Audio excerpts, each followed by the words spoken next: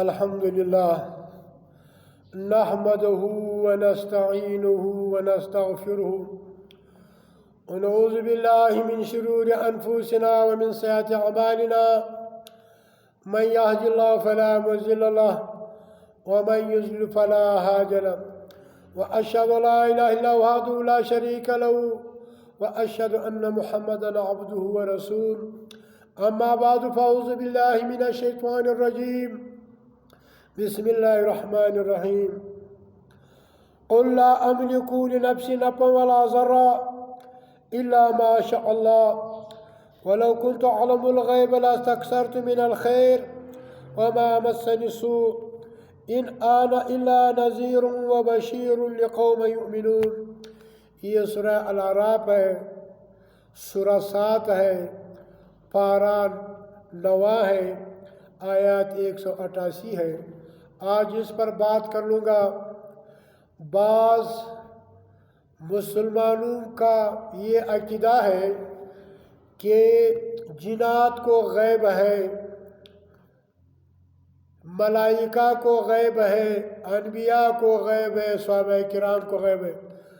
اس کتاب میں جو اس پر ہمارا ایمان ہے، تمہارا ایمان ہے، اس نے ان سب کو یہ حکم اس میں بیان ہوئی ہے کہ ملائکہ کو علم غیب نہیں ہے. سورہ بقرہ دیکھو. انبیاء کے بارے میں سورہ مائدہ، سورہ سبا، سورہ الاعراف دیکھو کہ کسی بھی نبی کو غیب نہیں ہے. اور جنات کے متعلق بھی اللہ کا کتاب اس پر گواہ ہے کہ جنات کو علم غیب نہیں ہے. اگر کسی کا یہ عقیدہ ہو تو یہ مسلم نہیں ہے، یہ مشرک ہے، کافر ہے رب کے کتاب کے فتوے کے مطابق. اگر کوئی کہتا ہے کہ مجھ پر تعویذات ہوا ہے، جادو ہوا ہے، یہ کسی کے اختیار میں نہیں ہے کہ یہ اس کو معلوم کرے. یہ صرف رب کائنات کو پتہ ہے، علم ہے. کسی پیر کو یہ پتہ نہیں ہے. پیر کو اپنے آت کی پتہ نہیں ہے کہ جب وہ سو جائے گا، جب اٹھے گا، اس کو پتہ نہیں کہ میرے آت نے کہاں پہ رات گزاری ہے.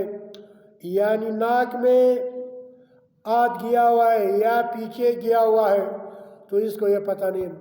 اگر کوئی یہ کہے کہ میرا پیر کو علم غیب ہے، وہ مسلم نہیں ہے، وہ مشرک کافر ہے.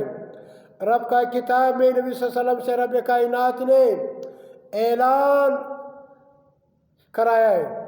قل کہہ دیجئے اے محمد صلی اللہ علیہ وسلم، لا املک لنفسی نفعا ولا ضرا، کہہ دیجئے کہ میں اپنی جان کے لیے نہ کسی نفع کا اختیار رکھتا ہوں، نہ کسی ضرر کا، تکلیف کا. الا ما شاء اللہ، مگر اسی قدر جو اللہ تعالیٰ کو منظور ہو. وَلَوْ كُنْتُ أَعْلَمُ الْغَيْبَ لَاسْتَكْثَرْتُ مِنَ الْخَيْرِ، اگر میں غیب جانتا تو اپنے لیے بہت کچھ فائدہ حاصل کر لیتا. تو نبی صلی اللہ علیہ وسلم خود فرماتے ہیں اگر مجھے علم غیب ہوتا تو میں اپنے لیے بہت کچھ حاصل کر لیتا. میرا بیوی پر تہمت بعض لوگوں نے لگائی ہے کہ عائشہ نے زنا کیا ہے، تو 1 مہینے تک نبی صلی اللہ علیہ وسلم اس غم میں مبتلا تھا. آخر اللہ نے وحی کی کہ آپ کا بیوی جو ہے بالکل پاک ہے، یہ بہتان ہے. اسی عائشہ کی آر، گلے والا آر گم ہو گیا تو نبی صلی اللہ علیہ وسلم کو پتہ نہیں تھا. ابو بکر، عمر، کسی کو بھی یہ علم غیب نہیں تھا کہ اس کا آر جو ہے وہ کھجاوے پہ لٹکا ہوا ہے اونٹ کے ساتھ.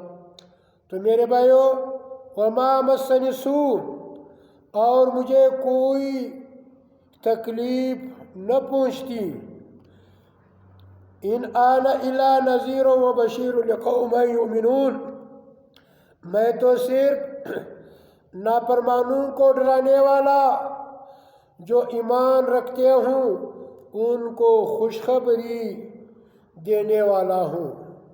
تو نبی صلی اللہ علیہ وسلم کیا ہے، اس کو بھی علم غیب نہیں تھا۔ جنگ احد میں 70 صحابہ کرام شہید ہوئے۔ اگر ان کو یہ پتہ ہوتا تھا کہ آج میرے صحابہ اس جنگ میں شہید ہوتے تو پھر وہ نہ جاتا تھا۔ اس کے اپنے دانت جو ہے وہ ٹوٹ گئے تو وہ اپنے آپ کو نہ بچا سکا، اور اس کو غیب نہیں تھا۔